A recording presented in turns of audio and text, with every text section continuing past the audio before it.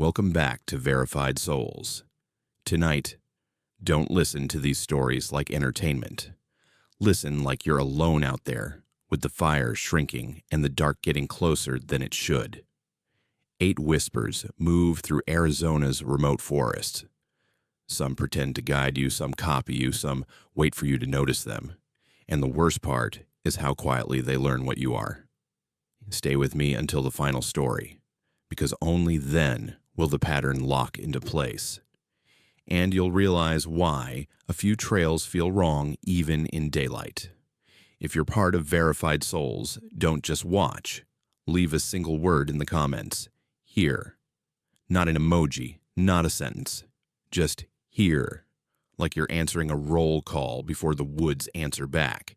And tap subscribe so you don't miss what follows these whispers.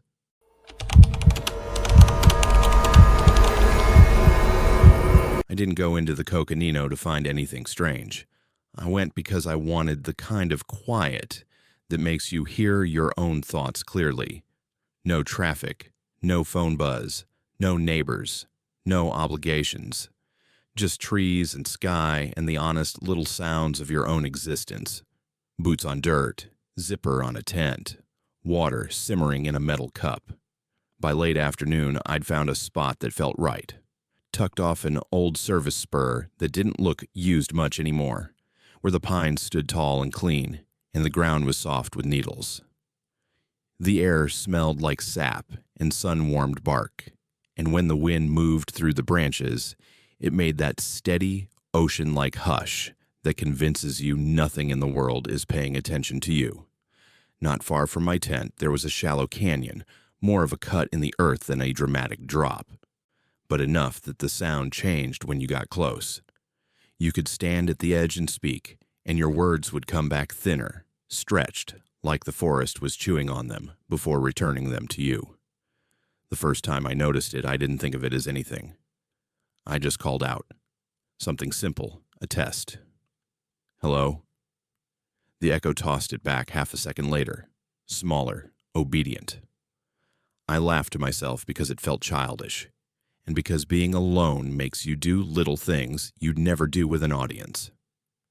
That evening, I ate sitting on a fallen log, watching the light drain out of the trees.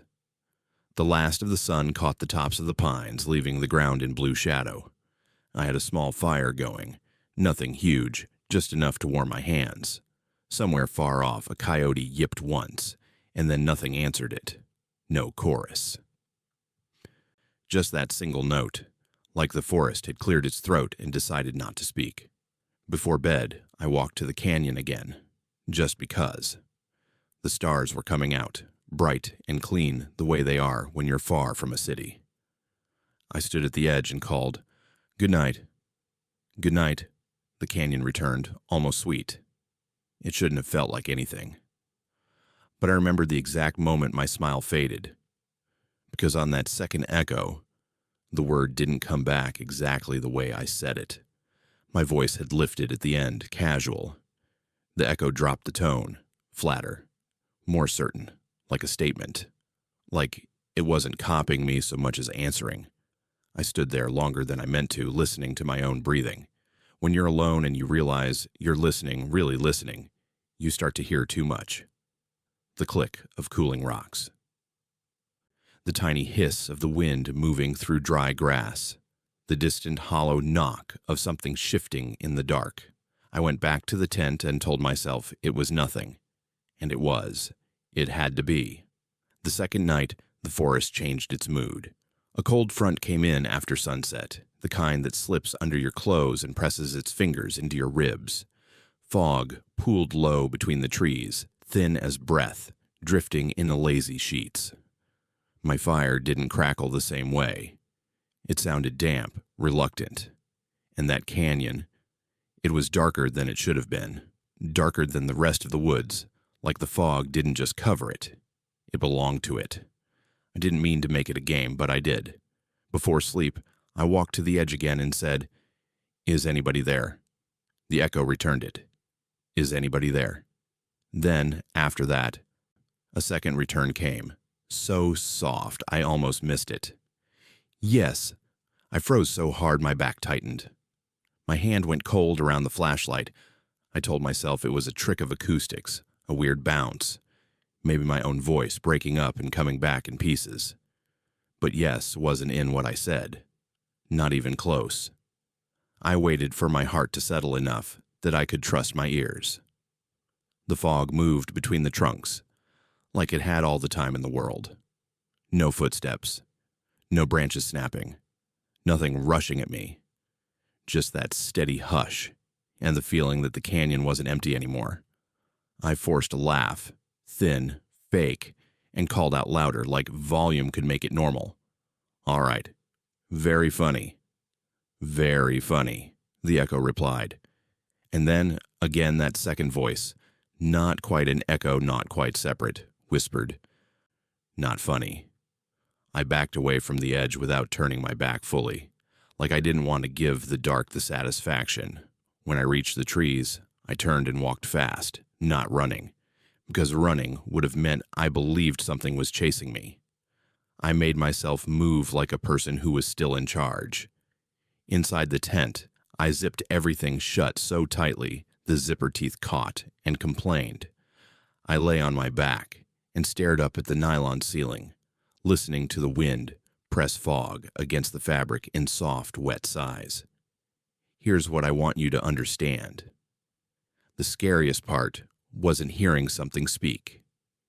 It was the pause afterward, when my mind tried to fill the silence with explanations and none of them fit without cracking. At some point I drifted off. I must have.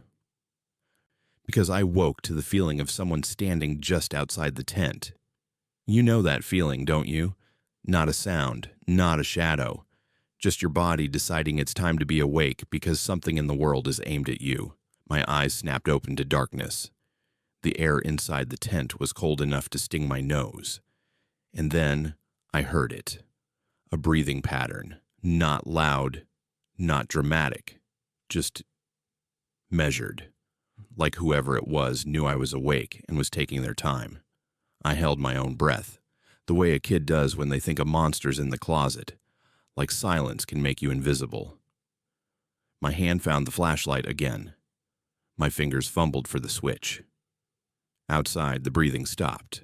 I clicked the light on anyway. The tent walls glowed pale blue. Everything looked normal, which made it worse, because normal is what you see right before you do something stupid, like unzipping the door to check. I didn't check. I stayed still and listened until my ears hurt. Eventually, I heard something that didn't belong to the forest. A slow scrape, like rubber on dirt. Then another.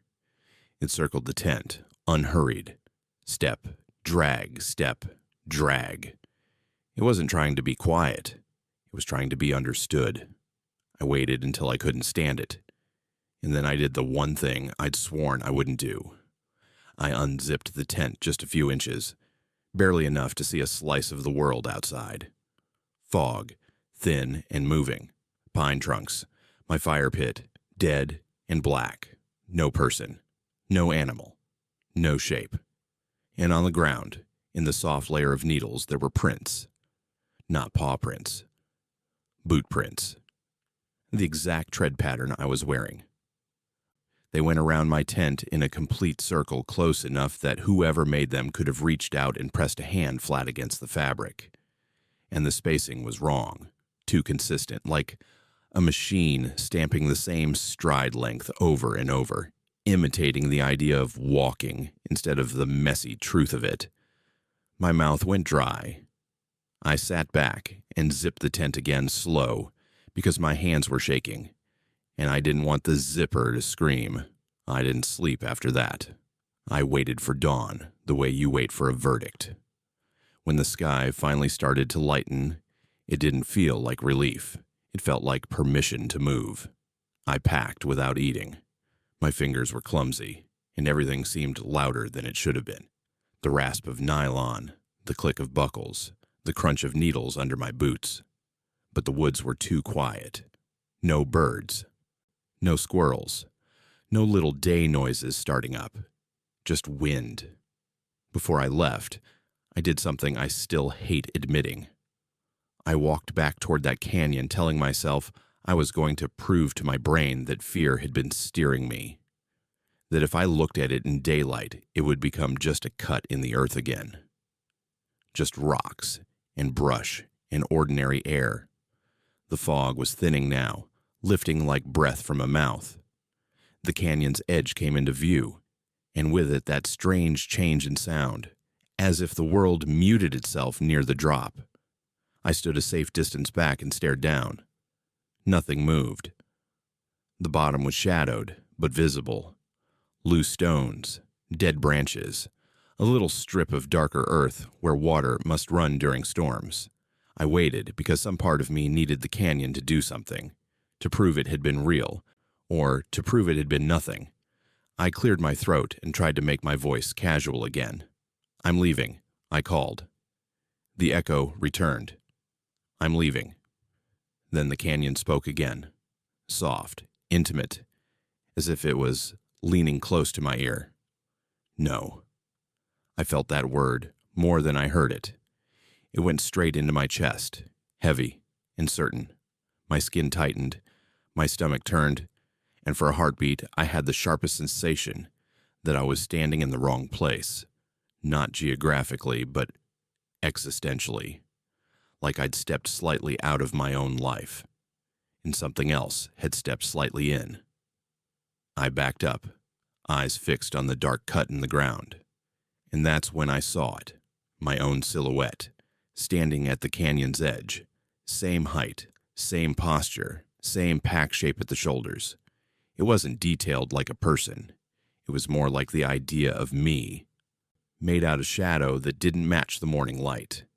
It faced the canyon like it belonged there, perfectly still, as if it had been standing there for a long time and would continue to stand there after I was gone. You might be thinking I'm describing a trick, sun angle, fog, a tree shape. I tried to give it that. I tried hard, but I was watching my own outline breathe, not with a chest rising, not with movement you could measure, with that subtle shift of presence, like a room feels different when someone enters it, even if you don't look up. I turned and walked away, not fast, not slow, exactly the pace of someone refusing to invite pursuit. Every few steps I had to fight the urge to look back, because I knew with an ugly certainty that if I looked back, it would be closer. When I finally reached my car, my hands shook so badly I dropped my keys twice. I got in, locked the doors, and sat there listening to my own breathing, trying to make it sound like mine again. I drove out without playing music, without thinking about anything except the road. And still, for the rest of that day, every time I spoke, every time I said even the simplest thing to myself, I waited for the answer that didn't belong to me. Because once you teach the woods your voice, you don't get to decide who uses it.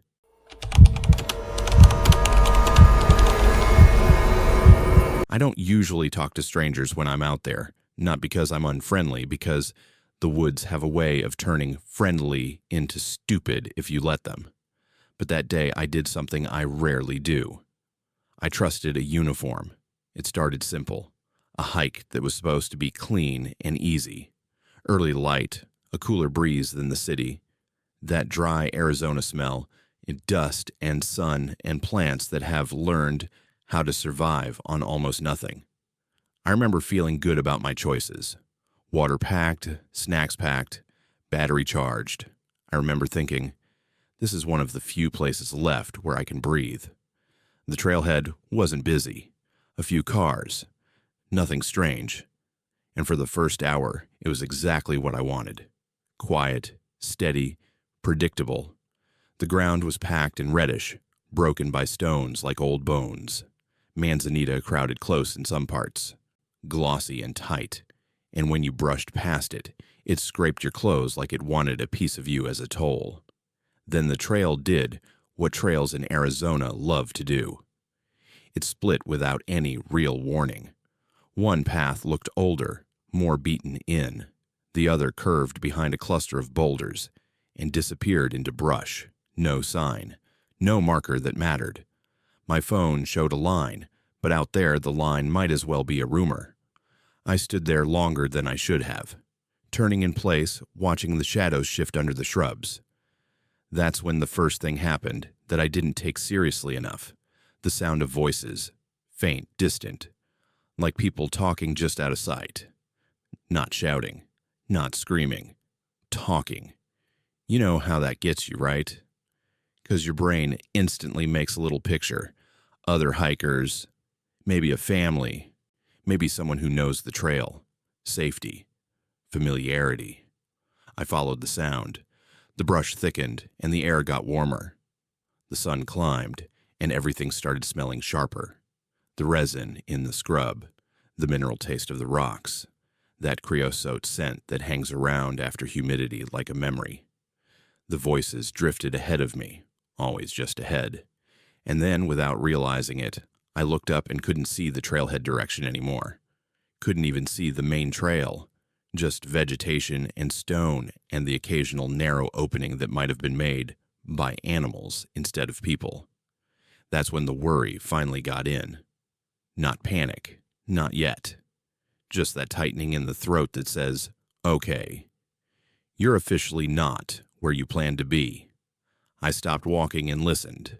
The voices were gone. I took out my phone. The GPS dots spun. Indecisive. The map loaded slowly, then snapped into place with that cold, confident little blue dot. Except the dot didn't look right. It sat off the trail line like a mistake. I zoomed in, zoomed out, and the dot stayed wrong. I'm going to tell you the truth. The woods don't usually feel like they're watching you. They feel like they don't care. That's what makes them comforting. But standing there, surrounded by brush that reached chest high and boulders that blocked sight lines, I suddenly felt noticed. Not by eyes, by attention. Like the landscape had turned its face toward me. I turned in a full circle, scanning for any sign. Footprints, cut branches, a marker nailed into a tree. Nothing. And then I saw him. He stepped into view as if he'd been standing behind a rock the entire time, waiting for me to look in the right direction. A ranger. That's what my mind labeled him instantly because that's what he looked like. Uniform, hat, posture that said authority. The sight of him loosened something in my chest so fast it almost made me dizzy. "Hey!" I called out, relief spilling into my voice before I could control it. I think I took a wrong turn. He smiled in that small, practiced way people do when they're used to being needed. "Happens all the time," he said. His voice was calm, warm, like he'd said those exact words 1,000 times. "You alone?" I nodded, and I felt stupid for feeling scared. Like I was being dramatic. Like the woods had tricked me into acting like a child. "All right," he said. "Follow me. I'll get you back." I should tell you what I noticed, because I did notice it. My brain just filed it away under not important. His uniform looked off. Not dirty, not torn, just old-fashioned in a way I couldn't place. The color was slightly wrong. The patch on his shoulder looked faded like it had lived in sunlight for decades, and the radio clipped near his chest didn't look like the ones I'd seen before. It looked heavier, squarer, like something you'd see in an old photo. But he had a badge, or he had the stance, and most importantly, he looked like a person who belonged out there. I followed. At first, the path he took felt natural, like he'd found a way through, without fighting the brush. He moved confidently, pushing aside branches without flinching, never stumbling. The manzanita scraped my arms and tugged my clothes, but he flowed through it like it respected him. We didn't talk much. I tried to ask where we were exactly, what trail I'd ended up on. He answered in short phrases that somehow didn't answer my question. "Back country," he said once. "Wilderness boundary," another time. I remember laughing a little and saying, "Yeah, but which direction?" He glanced back, and for a second his smile looked painted on. "The right one," he said. After maybe 15 minutes, the temperature felt different, cooler, shaded. The wind started moving in narrow gusts like it was being funneled through unseen gaps in the rock. The forest here was denser, more vertical trunks, more shadow, and I realized something that made my stomach tighten again. I didn't recognize anything. No landmark, no familiar bend. If he'd disappeared, I wouldn't have even known which way I'd come from. I checked my phone again. No signal. Of course, that's normal. But the map didn't even load properly now. Just a blank grid, my dot floating like a lie. He kept walking, and then the first real alarm bell rang in my head, not from a sound, but from a smell. Smoke. Not fresh campfire smoke, old smoke, like fabric that's been near a fire for years. It drifted through the trees and hit the back of my throat. Ahead, through the trunks, I saw a clearing, a campsite. And the moment I saw it, my relief tried to rise again. Because a campsite means people, and people mean safety. But the relief died before it could become a full breath. The campsite looked wrong. No bright modern tents, no coolers, no folding chairs. The fire ring was there, but it was half collapsed, filled with gray ash that looked ancient. There were scraps of metal, rusted, flaking, like the remains of old cookware. And in the center of the clearing was a wooden signpost that had been sun-bleached so thoroughly the letters were almost gone. Almost. I stepped closer, squinting, and I could still make out a year burned into the wood like a scar. 1983, 1983. My mouth went dry. "Is this closed?" I asked. "Why are we here?" He stood at the edge of the clearing and looked at it like a person looking at a living room, like it was familiar, like it belonged to him. "This is where people end up," he said quietly. That sentence did something to the air. It turned the clearing colder. It made the shadows under the trees look deeper, thicker, as if they were collecting. I forced a laugh because my body didn't know what else to do. "Okay, but I need to get back to the trailhead." He finally turned fully toward me. His eyes were calm, almost kind. "You can," he said, "but you have to listen." I stared at him, waiting. "Sometimes," he continued, "the woods give you a chance to walk back the way you came." My skin prickled. "And sometimes," his smile widened just a little, "sometimes they give you a new way." I took a step backward without meaning to. The brush behind me rustled, not like an animal moving through it, more like something shifting its weight. I tried to look past him, toward the direction we'd walked from, and I realized I couldn't find it. The trees all looked the same now. The path behind us wasn't a path, just disturbed leaves and snapped twigs that could have been made by anything. "Where's the trail?" I asked, and my voice cracked on the last word. He lifted his hand and pointed, deeper into the trees, toward a gap between two boulders.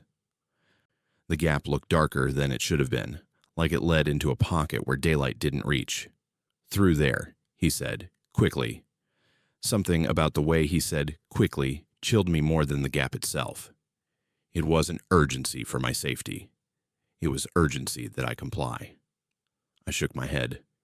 "No," I said, and it came out stronger than I expected. "I'm not going deeper. I'll go back." His expression didn't change much, but the warmth went out of it, like a lamp turning off. "You can't," he said, matter of fact. "Not now." Behind me, the brush rustled again, closer. I didn't see anything, but I felt the pressure of it, like something had leaned in. I kept my eyes on him. "Who are you?" I asked. He blinked slowly. "I'm the one who helps," he said. "That's what you wanted." That was the moment the fear turned solid. Not a feeling, an object. Something heavy dropped into my stomach, and my body started preparing to run before my mind made the decision. I looked at his uniform again, at the patch, at the badge, at the radio, and I realized what my brain had been refusing to say. None of it looked maintained. It looked preserved. Like a costume kept in a box for decades and taken out only when needed. I swallowed hard. "I'm leaving," I said. He tilted his head, almost curious. "Which way?"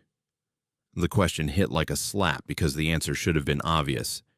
And yet, when I turned my head to find the route back, every direction looked like the same wall of trees and brush and stone. The clearing suddenly felt like the only open place in a world that had closed around it. He stepped toward me. Not fast, not threatening, just one measured step, like he knew I'd either obey or break. I stepped back again, my heel catching on something. I looked down. A boot print in the dust near the fire ring. Old. Deep. The edges softened by time, and there were many of them, overlapping, circling, pressed into the earth like a record of people who had stood exactly where I was standing now, looking exactly where I was looking now, realizing exactly what I was realizing now. "Listen," he said, and his voice sounded patient. "Through there. It's the only way out." He pointed again at the dark gap between the boulders. I didn't answer. I couldn't. I was trying to keep my breathing quiet, trying not to let him hear panic in it, because I had the sudden certainty that he could smell fear the way animals do. The brush behind me moved again. And then, close, too close, I heard a soft voice that wasn't his, a whisper at the edge of hearing, like someone speaking from behind a tree. "Help." Just one word. "Help." My blood turned cold, because it didn't come from the gap. It didn't come from the woods behind him. It came from the direction behind me, the direction that should have led back to safety. I spun around, heart hammering, and for a split second I saw something pale between the trunks. Something that looked like a person standing still watching. Then it was gone. When I turned back, the ranger was closer. Not by much, but closer. I made my choice the way you make choices in nightmares. Not based on logic, but based on which option feels less like surrender. I ran, not toward the dark gap, not toward the whisper. I ran straight into the brush, pushing through manzanita until it tore at my sleeves and stung my skin. Branches whipped my face. Rocks shifted under my feet. I didn't care. I only cared about putting trees between me and that clearing. Behind me, I heard him call out, calm as ever. "Wrong way." I didn't stop. I ran until my lungs burned and my throat tasted like pennies. I stumbled, caught myself, kept going. And slowly, so slowly it felt like the world was being merciful on purpose. The sounds of the clearing faded. The air warmed. The trees thinned. And then I saw it. A real trail marker, nailed into a trunk like a promise. I stood there, shaking, staring at it, trying to make my eyes stop watering. My hands were raw. My arms were scratched. My legs felt weak. I looked back into the trees. No ranger, no clearing, just forest. I walked back to the trailhead on legs that didn't feel like mine anymore. When I reached my car, I sat inside with the doors locked and stared at the steering wheel for a long time, trying to convince myself it had been confusion, heat, fear, anything ordinary. But later that night, after I'd showered and cleaned the scratches, I noticed something in my pocket that hadn't been there before. A small rectangle of paper folded twice. I opened it carefully like it might bite. It was an old-style trail permit stub, yellowed thin with faded ink, and stamped across the top, crooked and official, was the same year I'd seen on the sign in that clearing, 1983, 1983. And under it, in handwriting so neat it looked practiced, were 3 words: "Follow me next time."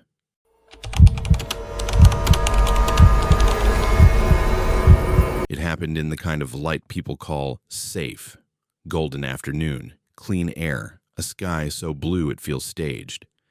That's what messes with you afterward, because when you try to explain it to yourself, your mind keeps returning to how normal everything looked, how beautiful, how the world gave you no warning.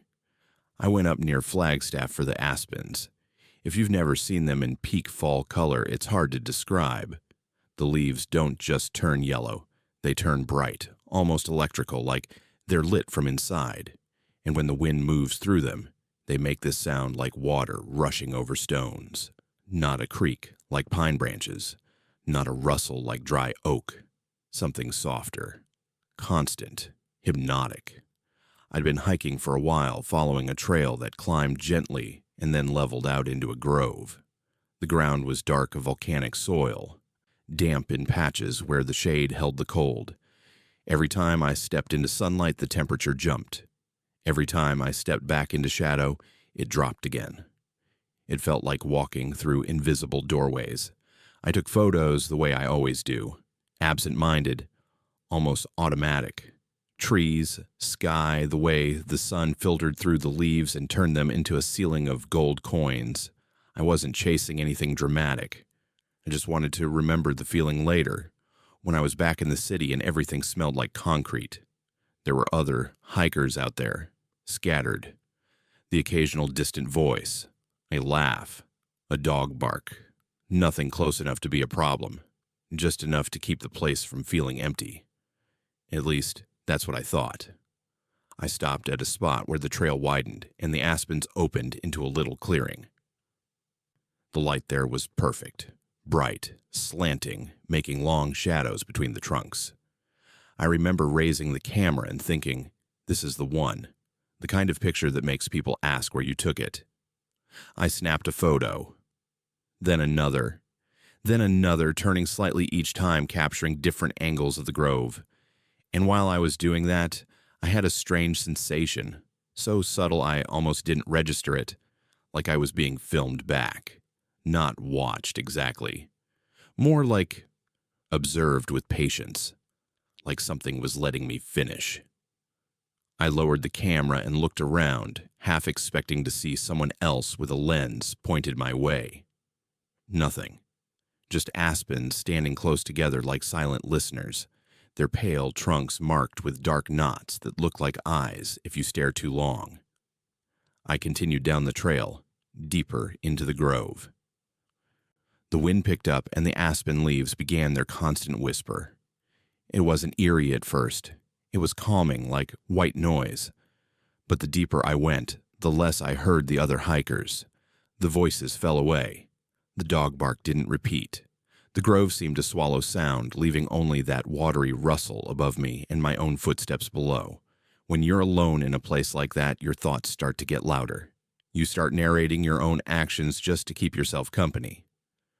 I found another spot with a view, aspens framing a distant slope, patches of evergreens, like dark stains against the bright leaves.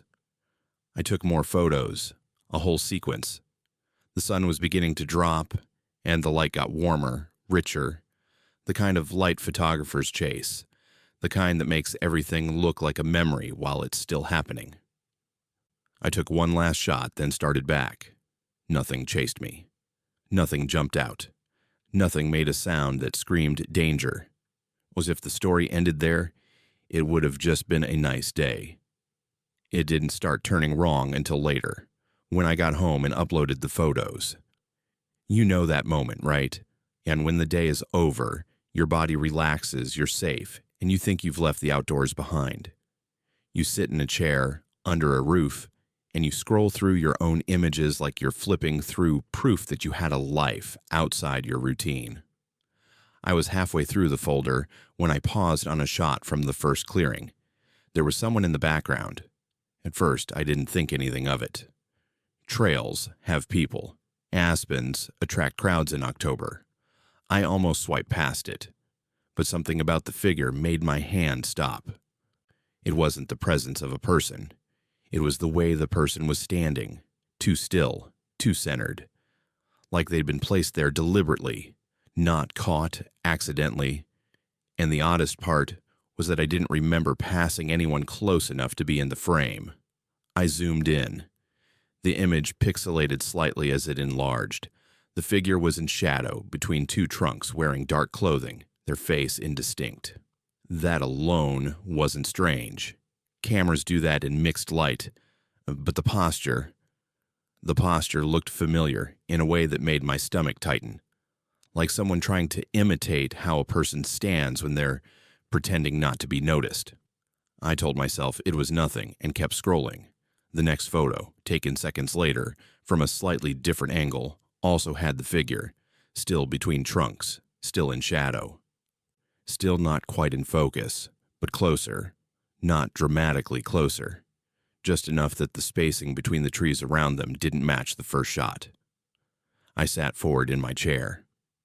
The quiet in my apartment suddenly felt too thick. My thumb hovered over the trackpad, and I felt that same body warning from the woods, that instinctive pay attention. I clicked into the next image. The figure was there again, closer. I stared at the screen until my eyes started to sting. Then I went back and flipped between the first and third shots. Back and forth. Back and forth. Like a child testing a scary picture to see if it changes when you blink. It changed. Not the pixels. Not the image. The implication. Because the spacing wasn't just different. The figure's position was impossible. Unless they were moving while I was shooting. And I didn't remember anyone moving. I didn't remember footsteps. I didn't remember passing anyone at all. I pulled up the metadata. Like numbers could calm me down. Timestamps, seconds apart. Same lens, same settings, same daylight. I continued through the sequence, my heart gradually picking up speed. The figure stayed with me. Every photo had them in it. Somewhere behind the trees, always partially hidden. Always darker than the rest of the frame. Sometimes they were so far back I almost missed them. But once I knew what to look for, I couldn't unsee it. The shape was consistent, the placement intentional. Like the photos were not of the aspens anymore. They were of the distance between me and that thing. In one image, the figure stood behind a trunk, only one shoulder visible, as if they were leaning out to make sure the camera caught them. In another, they were nearer the edge of the clearing where the sunlight should have touched them, but the light didn't seem to behave normally around their outline. The brightness stopped short. Their shadow didn't match the angle of the trees. I went cold. I told myself there was a reasonable explanation. A trick of perspective. A series of different people. A smudge on the lens. So I did the one thing you do when you're trying to make fear behave. I zoomed in hard and adjusted the exposure, pushing the shadows brighter. And that's when I saw the proportions. The arms looked slightly too long. Not cartoonish. Not obviously monstrous. Just wrong enough that your brain starts counting joints without asking permission. The shoulders sat a little too narrow for the height. The head angle didn't match how someone looks when they're watching a camera.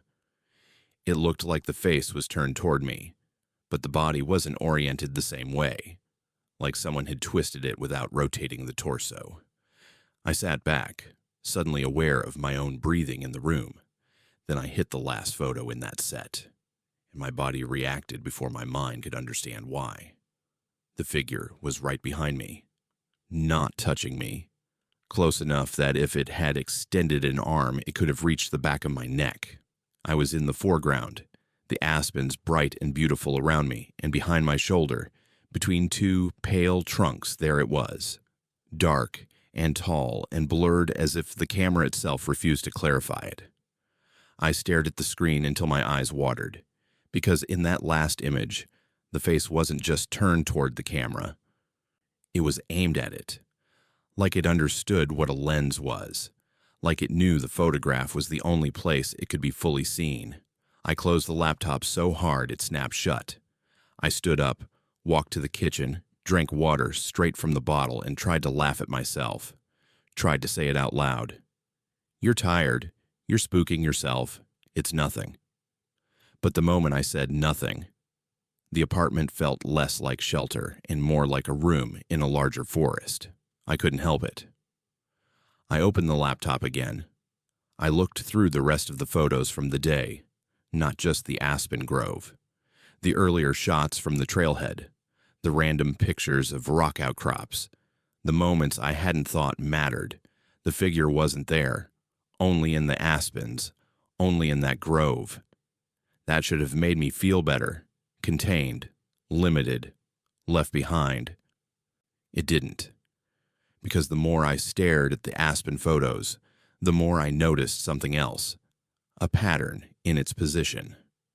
It always stayed in the darkest pocket of the frame. It always avoided direct sunlight, even when sunlight flooded the scene. And it always moved in a way that suggested it wasn't following me on the trail. It was following the camera. I sat there for a long time, thinking about the sensation I'd had in the grove, that feeling of being filmed back. Thinking about how I hadn't heard footsteps. Thinking about how the aspen sounded like water, constant and soft, like they were covering for small sounds beneath them. Finally, because I needed to prove something, I pulled up one of the photos and cropped it to remove everything except the figure and the trees around it. I enlarged it. I pushed the shadows up again. And in the blur where the face should have been, I saw something that made my throat tighten like a fist, not eyes, reflections. 2 small points of light, like a camera catching glare off glass, like it had something smooth and reflective where eyes should be, something that didn't look back so much as recorded. I didn't sleep well that night. Every time I closed my eyes, I saw the grove, white trunks and gold leaves, and that endless whisper overhead. I kept waking up with the feeling that if I rolled over, I'd see someone standing between the doorway and the hallway, half hidden, letting the darkness do the work. In the morning, I tried to be rational. I considered deleting the photos. I considered telling myself the whole thing was a glitch and moving on. Instead, I did something worse. I printed one. Just a cheap printout on regular paper. The last photo, the one where it was closest. I wanted to hold it in my hands to see if the fear would fade when it became physical, ordinary. I set the paper on my desk and stared at it while the day moved on around me. Sunlight shifted across the floor. Street noise drifted in from outside. Life continued, unconcerned. And then, sometime in the afternoon, I glanced down at the photo again and felt my stomach drop. Because in the print, the figure was clearer than it had been on the screen, not by a lot. Just enough. Enough to see that the face wasn't blurred by motion. It was blurred by choice, like something pressing itself into the edge of visibility, allowing only the parts it wanted seen. And at the very bottom of the printed image, near my own shadow, there was a second shadow line that hadn't been there before, thin and sharp, reaching toward my feet. I looked up instantly, expecting, I don't know what, a trick of light, a plant in the window, anything. But my apartment was still. No one stood in the doorway. No movement in the hall. Only the soft, constant sound of my refrigerator humming, and my own pulse beating in my ears like footsteps. I looked back down at the photo one more time, and I swear to you the way you swear when you're begging someone to believe you, that the figure behind me looked a fraction closer than it had the first time I printed it. Not closer to the camera. Closer to me, like the distance wasn't measured in steps through the aspen grove anymore, like it had found a new trail. A shorter one that ran straight through paper and pixels, and ended wherever I happened to be looking.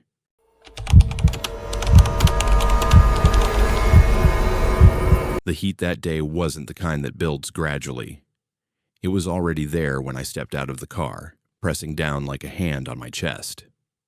July in the White Mountains, high desert, thin air, sun that doesn't apologize. The kind of heat that makes your thoughts slower, makes you squint even with sunglasses on, makes every shadow look like relief until you step into it and realize shade only makes you aware of how much you're sweating. I was doing a solo hike, nothing ambitious. Just a day trip to clear my head, stretch my legs, drink too much water, and feel virtuous about it. The trailhead was empty except for one other car, which made sense. Most people with good judgment don't hike midday in July at this elevation unless they have something to prove or something to forget. The first mile was fine. Repetitive. Boots on dirt. pack straps digging into shoulders. That rhythm you fall into where your body does the work, and your mind drifts. Ponderosa pines stood tall and straight, their bark smelling like vanilla when the sun hit it just right. The ground was a mix of red dirt and pale stone, and every step kicked up little puffs of dust that hung in the still air. Then the trail opened up near a stretch of road, not a highway, just one of those nameless two-lane routes that cut through federal land and see maybe 3 cars a day. On the far side, tucked against a low rise of a rock, I saw a small building. It looked like a trading post. Old-fashioned, wooden, sun-bleached to the color of bone. A faded sign hung crooked above the door, letters too worn to read clearly. My first thought was surprise. I hadn't seen it marked on any map. My second thought was relief, because my water was getting low and the heat was starting to make my head feel light. I crossed the road, gravel crunching under my boots, and approached the building. Up close, it looked even older. Paint peeling, wood warped, windows dusty enough that I couldn't see inside. But the door was propped open with a brick, and I could hear something inside. Not voices, not music. Just the faint creak of settling wood and the hum of what might have been a refrigerator. I stepped in. The air inside was cooler, but not by much. It smelled like old paper and dust and something sweet I couldn't place, like dried fruit left too long in the sun. Shelves lined the walls, stocked with the kind of things you'd expect. Canned goods, batteries, rope, first aid kits, but everything looked dated. Not antique store, vintage, just old. Like the inventory hadn't been updated in decades. Behind a wooden counter sat an elderly woman. She looked up when I entered, her face lined and weathered in the way that comes from living somewhere unforgiving. Her eyes were clear, sharp, watching me with the kind of patience that makes you feel like you're the one interrupting. "Help you?" she asked. Her voice was dry, matter-of-fact. "Just need some water," I said, trying to sound casual. "Didn't know this place was here." She nodded slowly, like that was the most normal thing in the world. "Most don't," she said. She reached beneath the counter and pulled out a plastic bottle, one of those old-style ones with the wide mouth and screw cap. The label was faded, the plastic slightly yellowed, but it was sealed and cold to the touch when she handed it to me. "How much?" I asked, pulling out my wallet. She waved a hand. "No charge, but you be careful out there." I paused, confused. "Careful of what?" She looked at me for a long moment, and I got the sense she was deciding how much to say. Finally, she spoke, slow and deliberate. "Trail splits about 2 miles up, near the lightning tree. Don't take the left fork." "Why not?" I asked. She didn't answer right away. Her gaze drifted past me toward the open door and the bright slice of road beyond. Because people who do don't always come back the same way they went in. It was the kind of cryptic warning that would have sounded ridiculous anywhere else, but standing in that dim little building with the smell of old wood and the weight of the heat pressing in, it landed differently. I didn't laugh. I didn't dismiss it. I just nodded and said, "Okay." She gave me a small, approving nod like I'd passed some kind of test. "Good." I thanked her, slipped the bottle into my pack, and stepped back outside into the blinding light. The heat hit me like a wall, and for a moment I just stood there blinking, letting my eyes adjust. Then I crossed back to the trail and kept walking. The water tasted fine. Cold, clean, nothing strange about it. And after another hour of hiking, I found the split she'd mentioned. A fork in the trail near a massive ponderosa that had been struck by lightning at some point, its trunk blackened, and split down the middle like a wound that never healed. The left fork looked narrower, less maintained but not impassable. I stared at it for a moment, remembering her words. Then I took the right fork, because I'm not an idiot, and I don't ignore warnings from people who live in places I'm just visiting. The rest of the hike was uneventful. I made it back to the trailhead as the sun started to dip, tired and sunburned but satisfied. I threw my pack in the car and drove back the way I came, windows down, warm air rushing through. And that should have been the end of it. But 3 days later, after I'd gotten home and unpacked and returned to normal life, I pulled the water bottle out of my bag to recycle it. That's when I noticed the label. I'd glanced at it before, but I hadn't really looked. Now, holding it under the kitchen light, I saw details I'd missed in the dim trading post. The brand name, faded but legible. The design, old-fashioned in a way that felt intentional. And at the bottom, printed in small block letters, are a bottling date. 1979. 1979. I stared at it until the number stopped making sense. Then I checked again, thinking I'd misread. But no, there it was, clear as anything. A date from over 40 years ago, printed on a sealed plastic bottle that had been cold to the touch when she handed it to me. I set the bottle down on the counter and stepped back. Like distance would help it make sense. It didn't. I pulled out my phone and started searching. First for the trading post, then for any business matching the name on the label, then for any record of a store along that stretch of road. I scrolled through forums, old maps, historical records, anything that might explain what I'd walked into. Nothing. No trading post. No business registered under that name. No mention of any structure along that particular route, current or historical. I called the local ranger station the next day, casual as I could manage, and asked if there were any old buildings near the trailhead I'd used. The ranger on the phone was polite, helpful, and very clear. No, sir.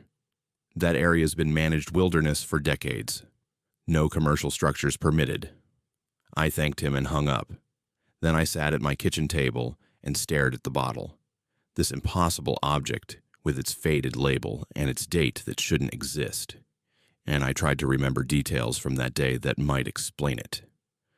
But the harder I tried, the more the memory felt slippery, like something my mind was trying to smooth over. I remembered the heat. I remembered the woman's face. I remembered her warning about the lightning tree. And I remembered something else, something I dismissed at the time because the heat makes you see things. When I'd crossed back to the trail after getting the water, I'd glanced over my shoulder at the building one last time. And for just a moment, just a flicker so brief I thought I'd imagined it, the building wasn't there. Just empty scrubland and rock, shimmering in the heat. Then I blinked, and it was back, solid, real, waiting for the next person who needed water. I still have the bottle. I couldn't bring myself to throw it away, and I couldn't bring myself to drink from it again either. It sits on a shelf in my apartment now, next to books and candles, and other ordinary things that don't make me question reality. But sometimes, late at night, when the city's quiet, I take it down and turn it over in my hands, reading that date again and again. 1979. 1979, the year before I was born. The year something happened on that trail, something significant enough that people stopped coming back the same way they went in. And I wonder what I would have found if I'd taken the left fork. I wonder if the woman was a warning, or if she was a gatekeeper, or if she was something else entirely, something that exists in the spaces between then and now, offering help to people who wander too far into the heat and don't realize they've already crossed a line that can't be uncrossed. I wonder if other people have that bottle on their shelves too. Different years, same label, all of us carrying proof of something we can't explain and don't quite want to. And sometimes, more often than I'd like to admit, I think about going back, not to hike, not to explore, just to see if the trading post is still there, or if it ever was.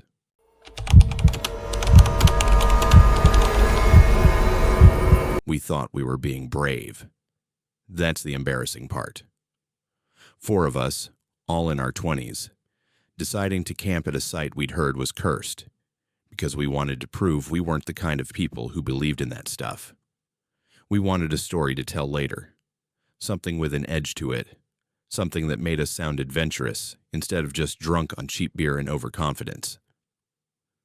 The superstition wilderness has a reputation. Locals don't mess around when they talk about certain places out there, and this campsite, tucked into a narrow canyon where the rock walls lean in like they're listening, was one of them. The rumors were vague, the way they always are, people feeling watched, strange sounds, equipment malfunctioning, the usual catalog of things that could be explained away if you wanted to badly enough. We wanted to. We hiked in late afternoon, when the light was still good and the heat was beginning to ease. The site itself was easy to find. Too easy, actually, like the trail wanted us there. A flat clearing ringed by boulders, a fire pit that looked old and well used, and enough space for our tents without feeling crowded. It was perfect, which should have been the first warning. By the time we had everything set up, the sun was setting, painting the canyon walls in shades of rust and shadow. The air cooled fast, the way it does in the desert, and we built a fire more for the ritual of it than the warmth. We sat around it in a loose circle, passing a flask, telling stories we'd already told a dozen times before, feeling like we were exactly where we were supposed to be. That's when the first thing happened. One of us, it doesn't matter who, started telling a story about a camping trip from years ago. Nothing dramatic, just a memory about getting lost on a trail and panicking before finding the way back. Normal stuff. Nostalgia wrapped in self-deprecation. But halfway through the story, another one of us interrupted. "Wait," they said, frowning into the fire. "I remember that." The storyteller paused. "What do you mean?" "I was there. I remember that exact trip. You and me. We got separated from the group near that creek." There was a beat of silence. Then the storyteller laughed, confused. "No, you weren't. That was years before I even met you. I'm telling you, I was there. I remember the rocks. I remember you sitting on that log freaking out because your phone was dead." The rest of us shifted uncomfortably. It was the kind of disagreement that should have been easy to resolve. Just a mix-up, a blurred memory, too many camping trips blending together. But the way they both stared at each other, absolute in their certainty, made the air feel heavier. "You're thinking of a different trip," the storyteller said, firmer now. "I'm not." We moved on because what else do you do? We chalked it up to coincidence, to similar experiences, to the way memories get fuzzy. But the mood had shifted. The fires seemed dimmer. The canyon walls seemed closer. An hour later, it happened again. Someone mentioned a joke from earlier in the day, something stupid one of us had said on the trail. We all laughed, except for one person, who looked genuinely confused. "I didn't say that," they said. "Yes, you did. Right before we crossed the dry wash. You said it, and we all cracked up." They shook their heads slowly. "I don't remember saying that. I don't even remember crossing a wash." This time, no one laughed it off, because we all remembered it. All of us except the person who'd supposedly said it. And that's when the unease started to solidify into something heavier, something that sat in your chest and made you aware of your own breathing. We decided to go to bed early. Not because we were tired, but because sitting around the fire felt wrong now, like we were performing for an audience we couldn't see. But sleep didn't come easy. I lay in my tent, listening to the wind push through the canyon in soft, rhythmic gusts. It didn't sound natural. It sounded like breathing, slow, deliberate, patient. And underneath it, I could hear the others shifting in their tents, restless, awake. Then I heard a voice, quiet, conversational, coming from the direction of the fire pit. It was one of us, talking to someone. I couldn't make out the words, but the tone was casual, like they were catching up with an old friend. I unzipped my tent a few inches and peered out. The fire had died down to embers, glowing faintly. And standing near it, silhouetted against the dim light, was one of my friends. They were facing away from me, toward the edge of the clearing, and they were speaking, gesturing, nodding, reacting like someone was responding. But there was no one there. I watched frozen as they carried on this one-sided conversation for what felt like minutes. Then they stopped, turned, and walked calmly back to their tent. I didn't say anything. I told myself I'd imagined it, that maybe they were sleepwalking, or talking to themselves, or rehearsing something in their head. I zipped my tent shut and tried to steady my breathing, but I couldn't stop thinking about the way they'd nodded. Like they were listening, like someone was answering. Morning came eventually, cold and gray. We packed in silence, moving with the efficient awkwardness of people who've shared something they don't want to name. No one mentioned the night before. No one asked if anyone else had trouble sleeping. We just wanted to leave. But as we were rolling up the last tent, one of us froze. "Hey," they said, voice tight. "Did anyone move my stuff?" We looked over. Their backpack was sitting near the fire pit, exactly where they'd left it the night before. But the contents were spread out in a neat line. Water bottle, flashlight, first aid kit, wallet, arranged with the kind of precision that didn't happen by accident. "I didn't touch it," someone said. "Me neither." We all shook our heads. The person walked over slowly and stared down at their things, then looked up at us with an expression I'll never forget. Not fear exactly, but recognition. Like they'd just understood something they didn't want to. "This is how I packed for my first camping trip," they said quietly. "When I was 16, I haven't arranged my gear like this in years." No one responded, because what could we say? We left the campsite within 10 minutes, hiking faster than we'd come in, not speaking, not looking back.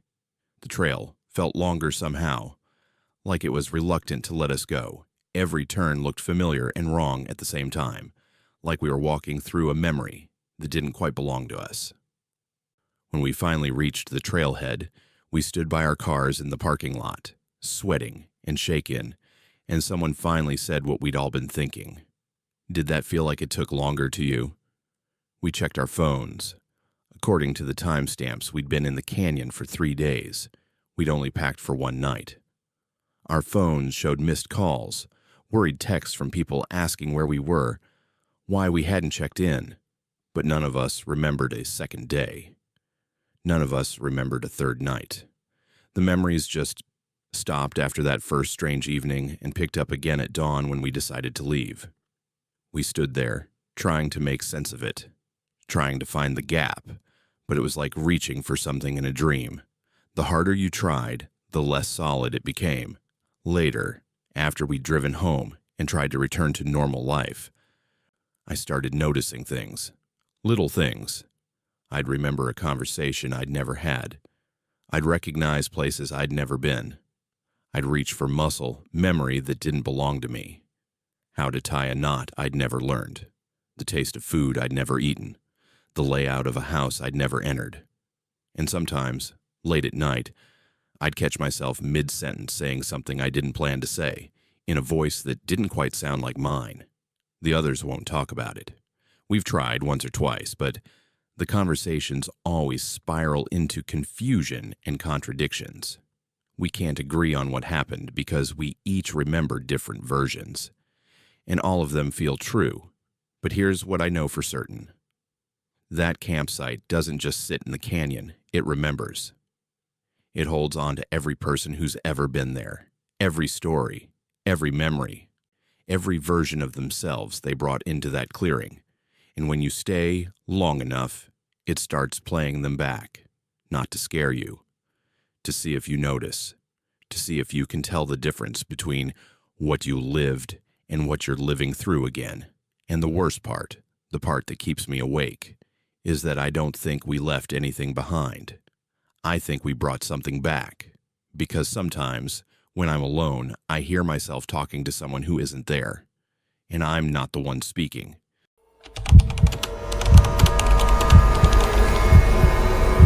I run the same trail every week, same time, same route, same rhythm. It's not about the scenery, though the Bradshaw Mountains have their moments. It's about the discipline, The repetition, the way your body learns a path so well that your mind can wander while your feet do the work. That's why I noticed when something changed. It started small. A sound that didn't belong. Not an animal crashing through brush. Not a branch snapping under its own weight. Something rhythmic, deliberate, like an echo of my own footsteps, but coming from underneath the trail instead of behind me. The first time I heard it, I convinced myself it was acoustics. The Bradshaws are full of old mining tunnels, some collapsed, some just forgotten. Sound does strange things when there's empty space below you. It bounces, it distorts, it plays tricks, so I kept running. But the second time, a week later, I couldn't ignore it anymore. I was about 2 miles in, moving at a steady pace, breathing hard but controlled. The trail there cuts through dense ponderosa forest, the canopy thick enough that even at dawn the light comes through in narrow shafts. The ground is soft with decades of pine needles, and there's a particular stretch where the trail runs over what I'd always assumed was solid earth. That morning, as my feet hit that section, I heard it again. Thump, thump, thump, not an echo. A response, something beneath the trail, matching my cadence exactly. I slowed my pace, testing. The sound slowed with me. I sped up. It sped up. Not delayed like an echo would be, simultaneous like whatever was down there was listening and adjusting in real time. I stopped completely. Silence for a moment. Just whined through the pines and my own breathing, harsh and loud in my ears. Then 3 more thumps. Deliberate. Spaced exactly like my last 3 steps before I'd stopped. My skin went cold despite the exertion. I stood there, heart hammering, staring down at the trail like I could see through it, if I just focused hard enough. The dirt looked normal, packed and dry, marked with boot prints from other runners and hikers. Nothing unusual, nothing wrong, but I knew what I'd heard. I finished the run faster than usual that day, not because I was being chased. Nothing chased me, but because staying still felt worse than moving. When I got back to my car, I sat in the driver's seat for a long time, windows down, listening to the forest wake up around me. Birds, breeze. The distant sound of a chainsaw from a logging operation somewhere over the ridge. Normal sounds, safe sounds. I told myself I'd imagined it. The third time, I brought a friend. I didn't tell them why, just said I wanted company, wanted to push my pace, wanted someone to keep me honest. We started early, before full light, headlamps cutting narrow beams through the pre-dawn darkness. The air was cold enough that our breath fogged, and the trail was slick with dew. We talked for the first mile. Small talk, work complaints, the kind of comfortable noise that makes a run feel social instead of solitary. But as we approached the section where I'd heard the sound before, I went quiet. My friend noticed. "You good?" they asked, glancing over. "Yeah," I lied, just pacing myself. We hit the section. I listened. Nothing. Just our footsteps. Syncopated and uneven because we weren't perfectly matched. Just the sound of 2 people running on a trail in the mountains at dawn. I felt stupid. Relieved but stupid. We finished the run without incident, and afterward, over coffee, I almost told them what I'd been worried about. Almost laughed it off as paranoia, but something stopped me. Some instinct that said once you speak fear out loud, you give it shape. So I kept it to myself. The 4th time, I ran alone again. I don't know why I went back. Maybe because I needed to prove it was nothing. Maybe because not knowing felt worse than knowing. Maybe because runners are idiots who convince themselves that confronting a problem head-on is the same as solving it. I reached the section just after sunrise.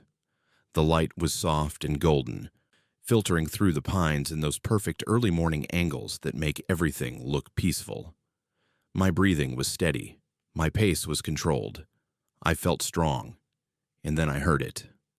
Thump, thump, thump, directly beneath me, matching my stride exactly. But this time, it didn't stop when I stopped. It continued. 3 more steps perfectly spaced, as if whatever was down there had learned the pattern and was completing it on its own.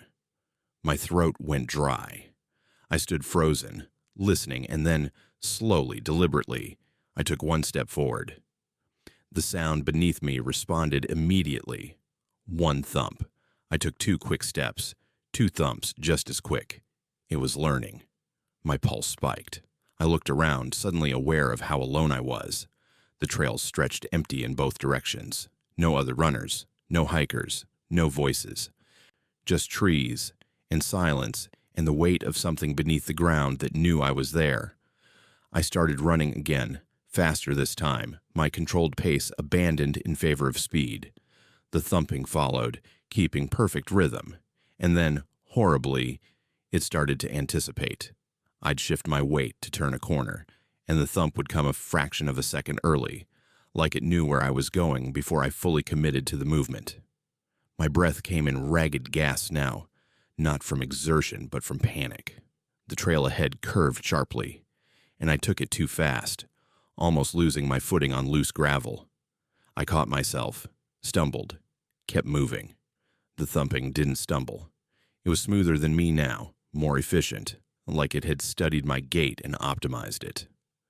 I don't remember deciding to sprint. My body just did it. Adrenaline overriding everything else. The trees blurred, my lungs burned, my legs screamed, and beneath me, the sound kept pace, relentless and perfect. Then I saw it.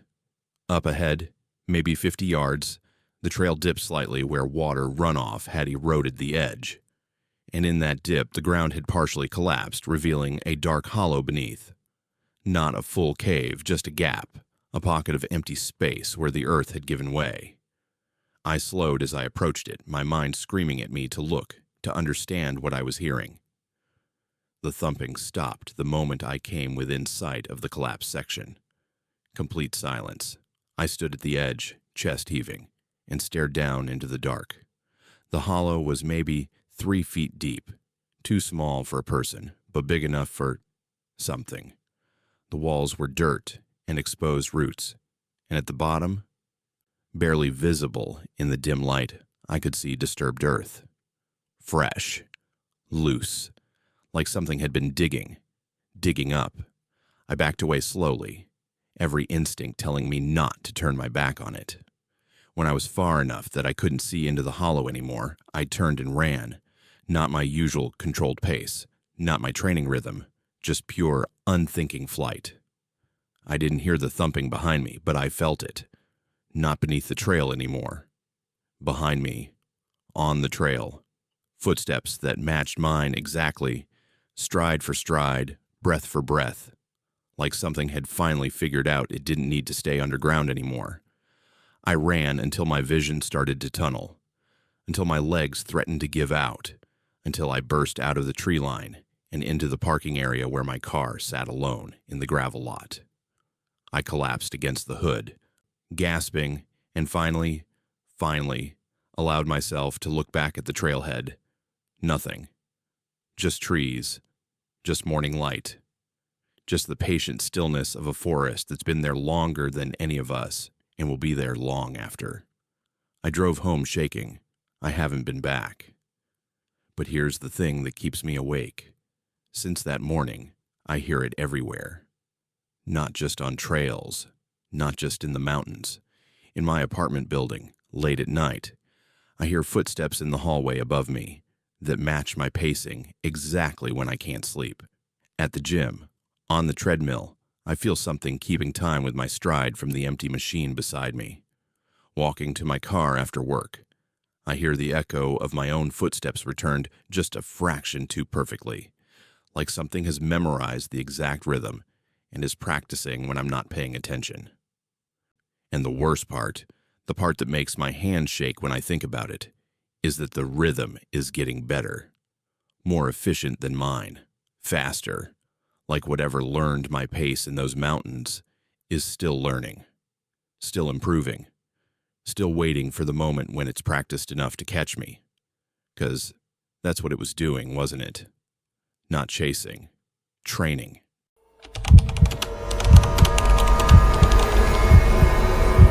I lead hiking tours for a living, small groups, nothing too ambitious. Mostly retirees and tourists who want to see the desert without getting lost or dehydrated. It's steady work, and after 5 years, I've gotten good at reading people. I know who's going to complain about the heat, who's going to lag behind, who's going to ask 1,000 questions about every plant we pass. I thought I was good at counting heads, too. The Chiricahua Mountains are my favorite location to guide. The rock formations there, hoodoos, balanced stones, narrow slot canyons, they photograph well, and people love feeling like they've discovered something unique. The light in late afternoon turns everything golden and red, and if you time it right, the shadows between the rocks create these dramatic contrasts that make every snapshot look professional. I had a group of 8 that day. Standard mix, a couple in their 60s, 3 solo travelers, a pair of college-aged kids, and 1 person who'd booked last minute and showed up right as we were starting. That last one. I should have paid more attention. They were quiet, polite, dressed appropriately for the terrain. Nothing stood out as wrong. They stayed toward the middle of the group, never too far forward, never falling behind. When I did my usual head counts at rest stops, they were always there. But here's what I didn't notice at first. They never spoke. Not to me, not to the other hikers, not even a murmur of acknowledgement when someone addressed them directly. And when people tried to include them in conversation, they'd just smile, small, patient, like they were listening to something only they could hear. I chalked it up to shyness. Some people hike to get away from talking. We were about 2 hours into the trail when I started feeling it. Not seeing anything wrong, just feeling it. That awareness you get when you're being watched. I kept turning around to do my counts, making sure no one had wandered off or stopped to tie a shoe. And every time I looked back, everyone was accounted for. But the sensation didn't go away. During a water break, in the shade of a massive hoodoo, one of the solo travelers pulled out their phone and started taking group photos. They went around asking people to pose, getting candid shots, that kind of thing. I was checking my pack when I heard them call out to me. "Hey, can you get a picture of all of us together?" "Sure," I said, taking their phone. They gathered in a loose cluster, squinting into the sun, smiling that forced way people do for cameras. I counted quickly, 8 people. Everyone accounted for. I raised the phone, framed the shot, and took it. When I handed the phone back and they looked at the screen, their smile faded, just slightly. Just enough that I noticed. "Something wrong?" I asked. They stared at the photo for a beat too long, then shook their head. "No, it's fine. Just thought I blinked." We kept moving. The trail wound deeper into the formations, the hoodoos growing taller and closer together, until we were essentially walking through a maze of stone. The temperature dropped in the shade, and the air took on that cool mineral smell that comes from being surrounded by old rock. I stopped the group at a narrow slot canyon, one of the highlights of the route. The walls lean in so close you can touch both sides with your arms extended, and if you look up, you see just a thin ribbon of sky. It's claustrophobic in the best way, the kind of place that makes people feel small and humbled. "Single file through here," I called back. "Watch your footing. Rocks can be loose." I went first, counting people as they followed. 1, 2, 3, 4, 5, 6, 7, 8. We emerged on the other side into a wider clearing, and I did another count. 9 people. I blinked, recounted. 9. My stomach dropped. I scanned faces quickly, trying to figure out if someone had caught up to us, if another group had merged with ours somehow. But no, I recognized everyone. Same clothes, same faces. Except I couldn't remember which person was the extra one. I looked at each hiker individually, trying to anchor my memory. The older couple, the 3 solo travelers, the college kids, the quiet one. That made 8. So who was 9?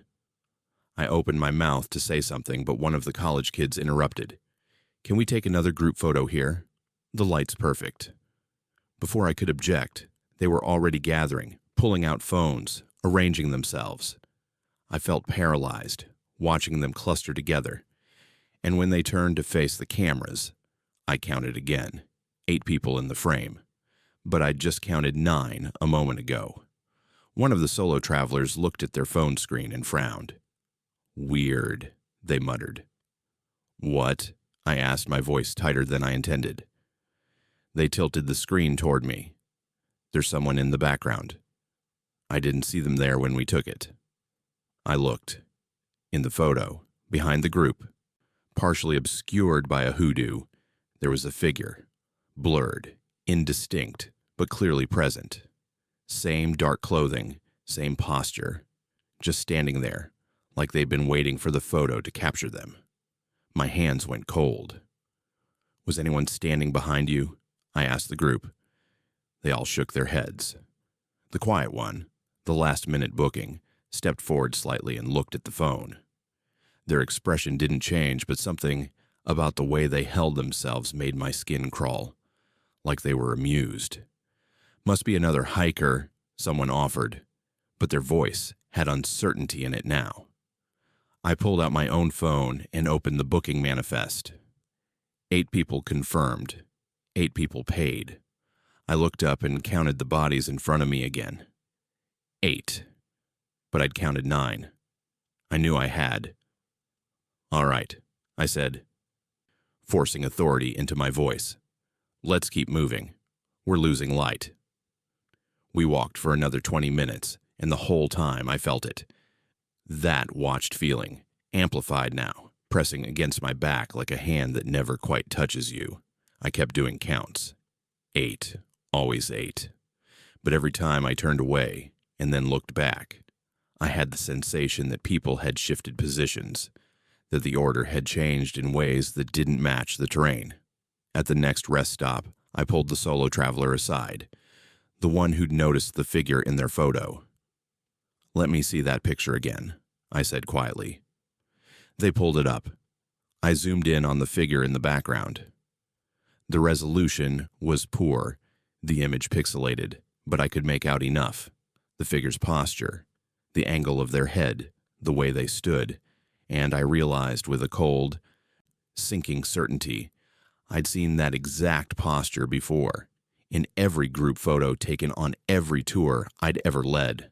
Not in the foreground, always in the background, always partially hidden, always just blurred enough that you'd dismiss it as another hiker, a trick of light, a smudge on the lens. I scrolled back through my own phone, through hundreds of photos from dozens of tours over the years, and there it was, in every single group shot, same figure, same position relative to the group, same patient stillness. My throat tightened. We need to go, I said. Now. I didn't wait for questions. I started walking fast, back the way we'd come. The group followed, confused but compliant. And as we moved, I kept counting. 8 people, always 8. But I felt 9. We made it back to the trailhead as the sun dipped low, painting everything in deep orange and shadow. I did a final count as people got into their cars. 8. Everyone accounted for. The quiet one, the last-minute booking, was the last to leave. They stood by their car for a moment, looking back at the trail, and then turned to me. Thank you, they said. Their voice was soft, pleasant, completely ordinary. It was the first time I'd heard them speak all day. Have we met before? I asked because I had to know. They smiled. I've been following this trail for a very long time. Then they got in their car and drove away. I stood in the empty parking lot as the light faded, and I pulled out my phone one more time. I opened the photos from today and scrolled through them. In every single shot, the figure was there. Background, blurred, patient. But in the last photo, the one taken right before we left, the figure was clearer, close enough that I could see their face. It was the quiet one, but the timestamp on the photo was from 3 years ago. Different tour, different group, same face. I don't lead tours in the Chiricahwas anymore. I tell people I'm focusing on other locations, that I want to diversify my routes. But the truth is simpler and so much worse. Because now, when I look at photos from any trail, anywhere in Arizona, anywhere in the Southwest, I see them. Always in the background. Always a little closer than before. And I know, with a certainty that makes sleep impossible, that one day I'll turn around during a tour and count my group and find one extra person, and I won't be able to tell which one doesn't belong, because they've been learning how to blend in. And they've had years to practice.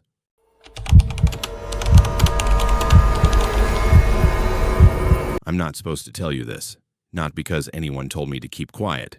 No one knows I have this recording, but because once you hear what I heard, you'll start listening for it too. And that's the problem. Once you're listening, it knows. I'm a ham radio operator.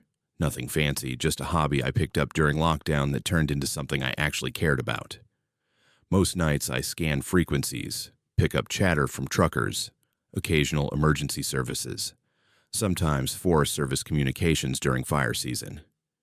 It's soothing in a strange way, listening to other people's mundane problems, their check-ins, their routine transmissions. It reminds you the world is bigger than your apartment. Last June, during a particularly active fire season, I was monitoring the Forest Service bands. Standard stuff, updates on containment lines, requests for aerial support, weather reports. Professional, calm, exactly what you'd expect from trained personnel managing a crisis. Then I caught something that wasn't standard. It came through on a frequency that should have been active but wasn't being used much that night. A voice, male, measured but strained. In that way people sound when they're trying to stay professional while something's going very wrong. Base? This is a Ranger Station 7. I need confirmation on current coordinates. We're showing movement in sector... A pause. Static. Then, base. The trees are wrong. I stopped what I was doing. Turned up the volume. Waited.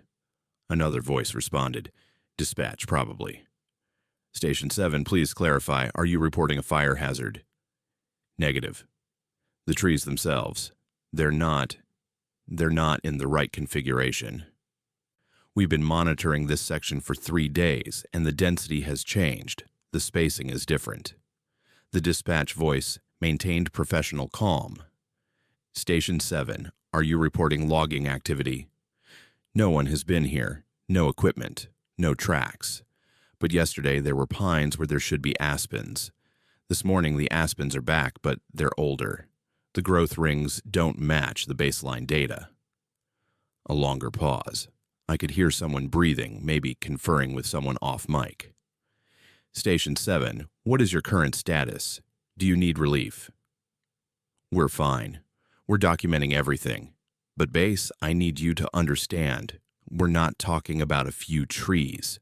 We're talking about whole sections of forest that are remembering wrong. That phrase, remembering wrong. It hit me strangely, like he'd chosen the words very carefully because he couldn't find better ones. The transmission continued. It's not growth. It's not disease. It's like the forest is shifting, rearranging. We found markers we placed 3 days ago, but they're on the wrong side of a ravine that definitely wasn't there before. And the smell, describe the smell, Station 7. Like burning, but not wood, not smoke. It smells like burning time. Static swallowed his voice for a moment, and when it cleared, the tone had changed. The measured professionalism was cracking. Base, we just found one of our old documentation photos pinned to a tree. From 1983. The exact photo. Not a copy, the original, with the same crease in the corner, the same fading. We sealed that in an archive 40 years ago. My hands went cold. I grabbed a pen and started taking notes, writing down everything because I knew, just knew, this was the kind of transmission that wouldn't be acknowledged later. Station 7, Return to base immediately. Do not continue documentation. Base. We can't. The trail back. His voice pitched higher. The trail back isn't where it should be. We're looking at our own footprints leading into forest we haven't entered yet. Silence. Long enough that I thought I'd lost the signal. Then his voice came back, quieter now. Almost a whisper. Base. If you're recording this, you need to understand. The forest isn't growing wrong. It's not diseased. It's learning. It's taking in everything that's ever happened here. And it's trying to show us. But we're not supposed to see it all at once. Station 7. The trees are moving even when we're looking at them. Not fast, just patiently. Like they have all the time in the world. And there's something walking between them that looks like the transmission cut off. Not gradually, just stopped, mid-word, like someone had severed the connection with scissors. I waited 20 minutes, listening to static, hoping they'd come back. They didn't. I checked the next day, monitored the same frequency for hours. Nothing. No follow-up. No acknowledgement of the incident. The Forest Service bands continued their normal chatter like nothing had happened. So I did what anyone with too much time and too much curiosity would do. I started digging. I found the ranger station in public records. Station 7 operated in a region spanning multiple Arizona forest. The same area where every story I've told you tonight took place. The same 50-mile radius. I found geological survey data showing unusual seismic activity in the region. Not earthquakes, just vibrations. Rhythmic, consistent, like something breathing under the earth. And I found something else, something that made my hands shake when I read it. Archive records showed that Station 7 had been temporarily decommissioned in 1983 due to equipment malfunction and personnel inconsistencies. No details, no explanation. Just closed for 3 months and then reopened with a completely new crew. The same year that appeared on the water bottle from the trading post. The same year marked on the permit stub from the cursed campsite. 1983. The year something started. I tried to contact the ranger who'd made that transmission, found a name in personnel records cross-referenced with the voice patterns. But when I reached out through official channels, I was told that no one by that name had worked for the Forest Service in the region I specified. I know what I heard. I have the recording. I've listened to it 100 times, analyzing every word, every background sound, every moment of static.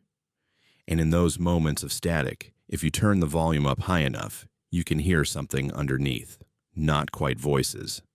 Not quite music. Something rhythmic and old and patient, like the forest itself, breathing. But here's what keeps me awake. Here's what I need you to understand. 3 days after I captured that transmission, my radio picked up another signal. Brief. Barely 10 seconds, same frequency. It was the ranger's voice again, same cadence, same tone, but he was reading from a script, a standard weather report, calm, professional. Like nothing had ever happened. And at the end, just before the transmission cut out, he said one sentence that wasn't part of any weather report I've ever heard. If you're hearing this, do not attempt contact. The forest is listening. I stopped monitoring that frequency, stopped searching for follow-ups. Because the night after I heard that message, my radio turned itself on. I was asleep. The squelch woke me. That harsh blast of noise when a signal comes through. I lurched out of bed and stared at the equipment. The power was off, the cord was unplugged, but the radio was transmitting. My own voice came through the speaker, my words. From a conversation I'd had earlier that day with a friend, talking about the transmission, about Station 7, about the forest that remembers wrong. It played back every word, perfectly. Including the parts where I'd lowered my voice and said I shouldn't be investigating this, the parts where I'd admitted I was scared. Then my voice said something I'd never said, something I'd never thought. The pattern is complete. 50 miles, 7 locations, 1 frequency. The forest knows who's listening now. The transmission ended. I haven't turned my radio on since, but I know this won't end with silence. Because 2 days ago, I found something in my mailbox. No postage, no return address, just an envelope with a single photograph inside. It was a satellite image, recent, based on the timestamp, showing the 50-mile radius in Arizona where everything connects. And when you look at the image, really look at the way the forests are arranged, the way the clearings break the tree line, the way the trails cut through the terrain, you can see it. A pattern. Not random. Not natural. The trees, the spaces between them, the topology itself, it forms shapes, reaching shapes, like hands pressing up from underneath, fingers spread wide, trying to touch the surface. And at the center of the pattern, marked with a red circle, is my apartment building. I don't know what happens next. I don't know if I'm supposed to go back there, or if something is coming here. But I do know this. If you've listened to these stories, really listened, then you're part of the pattern now too. Because the forest doesn't just remember, it records. And every voice that speaks about it, every person who acknowledges it, becomes another signal it can use, another frequency it can broadcast on when it's ready. So if your radio turns on tonight, unplugged and impossible, if you hear your own voice saying things you never said, just know that you're not listening to a recording. You're listening to it practice, learning your voice, learning your words, getting ready to speak as you. And when it does, when it's practiced enough, it won't need the forest anymore. It'll be wherever you are, waiting, listening, broadcasting.